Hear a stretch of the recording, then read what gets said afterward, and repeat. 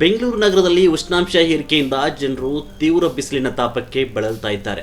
Heat stroke ಆತಂಕವೂ ಕೂಡ ಹೆಚ್ಚಾಗಿದೆ. ಬಿಸಿಲಿನ ತಾಪಮಾನ ಹೆಚ್ಚಾದ ಹಿನ್ನೆಲೆ ಜನರು ಎಳ್ನೀರು, ಜ್ಯೂಸ್ ಹಾಗೂ ತಣ್ಣೀರಿನ ಪಾನೀಯಗಳತ್ತ ಹೆಚ್ಚು ಮುಖ ಮಾಡ್ತಿದ್ದಾರೆ. ಇದರ ನಡುವೆ ಎಳ್ನೀರು ಬೆಲೆ ಕೂಡ ಗಗನಕ್ಕೇರಿದೆ. ಸಾಮಾನ್ಯ ಎಳ್ನೀರು 70ಕ್ಕೆ ಮಾರಾಟವಾಗ್ತಾ ಇದ್ರೆ ತಣ್ಣಗಿನ ಎಳ್ನೀರು 80ರಿಂದ 100 ರೂಪಾಯಿವರೆಗೆ ಮಾರಾಟವಾಗ್ತಿದೆ. ಇದರಿಂದ ಮಧ್ಯಮ ಹಾಗೂ ಕೆಳವರ್ಗದ ಜನರಿಗೆ ಎಳನೀರು ದುಬಾರಿಯಾಗಿದ್ದು ಖರೀದಿ ಕಷ್ಟವಾಗಿದೆ. ಇತ್ತ ಮಾರಾಟಗಾರರು ತಮ್ಮ ಪರವಾಗಿ ಮಾತನಾಡಿ, ಸಾರಿಗೆ ವೆಚ್ಚ ಹೆಚ್ಚಾಗಿದೆ, ನಮಗೆ ಒಂದು ಎಳನೀರು 60ರಿಂದ 70ಕ್ಕೆ ಬರುತ್ತೆ, ಆದ್ರಿಂದ ಬೆಲೆ ಹೆಚ್ಚಿಸಬೇಕಾಗಿದೆ ಅಂತ ಹೇಳ್ತಿದ್ದಾರೆ. ಬೇಡಿಕೆ ಹೆಚ್ಚಾದಂತೆ ಕೆಲ ವ್ಯಾಪಾರಿಗಳು ಬೆಲೆ ಏರಿಸಿದ್ದಾರೆ ಅಂತ ಆರೋಪವೂ ಕೂಡ ಕೇಳಿ ಬರ್ತಿದೆ.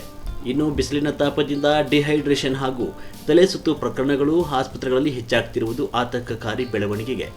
ವೈದ್ಯರು ಸಾರ್ವಜನಿಕರಿಗೆ ಸಲಹೆ ನೀಡಿದ್ದು, ಹೆಚ್ಚು ನೀರು ಕುಡಿಯಬೇಕು, ಬಿಸಿಲಿನಲ್ಲಿ ಹೊರಗೆ ಹೋಗುವಾಗ ಎಚ್ಚರ ವಹಿಸಬೇಕು, ದೇಹವನ್ನು ತಂಪಾಗಿಟ್ಕೊಳ್ಬೇಕು ಅಂತ ತಿಳಿಸಿದ್ದಾರೆ. ಬಿಸಿಲಿನ ತೀವ್ರತೆಗೆ ಜನರು ಜಾಗೃತಿ ವಹಿಸುವುದು ಅತ್ಯವಶ್ಯಕವಾಗಿದೆ.